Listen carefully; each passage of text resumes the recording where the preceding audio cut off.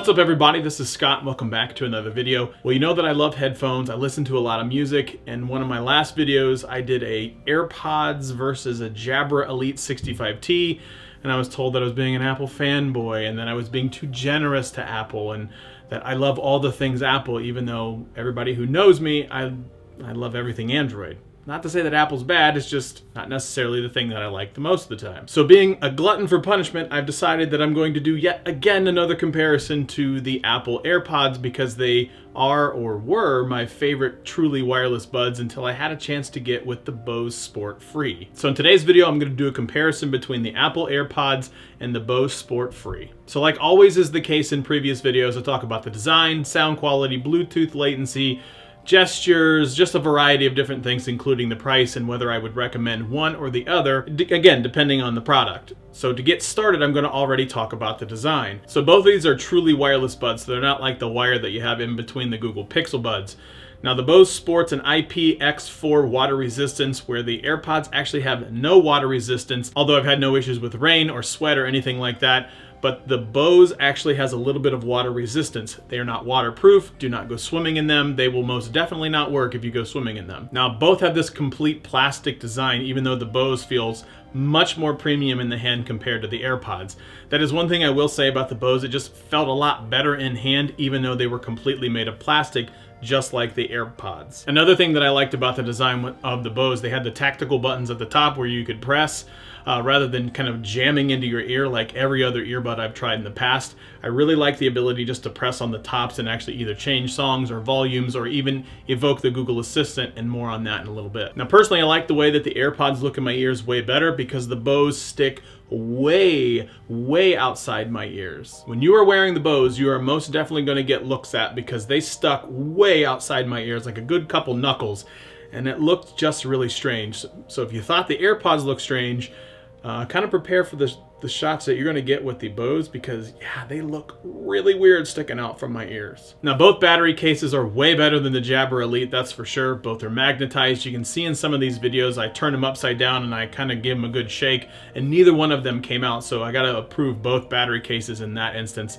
It didn't feel like they were just going to fly out when I opened up the lid. Now, both the Bose and the AirPods are a one-size-fits-all approach. However, the Bose did come with a couple extra rubber doohickeys to get the right size in your ears, whereas the AirPods are truly that one-size-fits-all approach. I was really impressed with, obviously, the AirPods from a comfortability perspective, but this is where the Bose really surprised me. They were incredibly comfortable. I really enjoyed wearing the Bose for multiple 5-hour sessions when I was working. I had no issues with discomfort at all, like I did with the 65T. Now, from a sound quality perspective, right out of the gate, they're both truly wireless buds. These are not going to be one of those ones where you put headphones on and all of a sudden you go into galactic goat mode or anything like that. That's just not going to happen. So overall, I was actually pretty happy with the sound out of the Bose and happy with the sound out of the AirPods, although I was really impressed with the sound out of the Bose when compared to the AirPods. The bass just hit a little bit more, and that was probably because you got a really nice tight fit when you had the Bose in your ears. And the mids were not too bad, although with a lot of bass in some songs, they kind of muddied up. Overall, from a brightness perspective, from a mid perspective, and a bass perspective, I preferred the sound of the Bose when in comparison to the AirPods. Now, one thing for sure that absolutely the AirPods get right where the Bose Sport Free don't is the sound quality in phone calls. The Bose are absolute hot garbage when it comes to the telephone. For whatever reason, they decided that only the right one would work from a telephone perspective. The microphones just were not that good. Everything was muddy. Anybody who was listening to me on the other end, they couldn't hear me.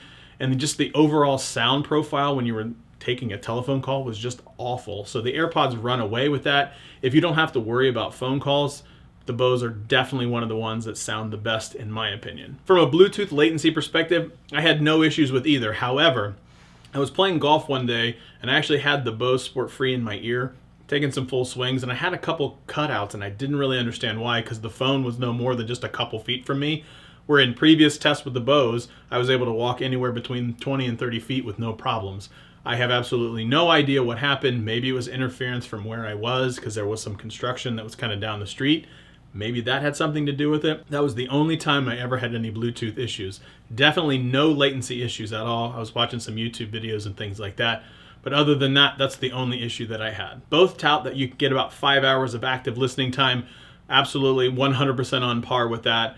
Definitely did not expect anything to be better one or the other. I was able to get 5 hours out of both.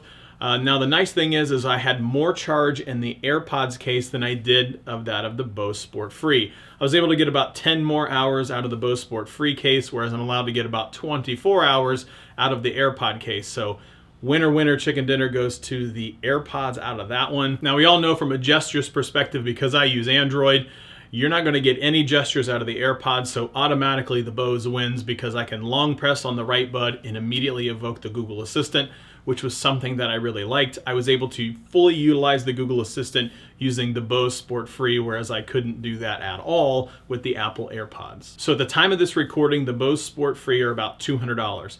So are they worth that $50 extra because the AirPods come in around about 150 bucks? That's really going to depend. If you're an iPhone person or a Mac person or completely in the Apple ecosystem, the Bose Sport Free are really, really good, and they do give the AirPods a run for their money. However, just for the ease of usability, I would still stick with the AirPods.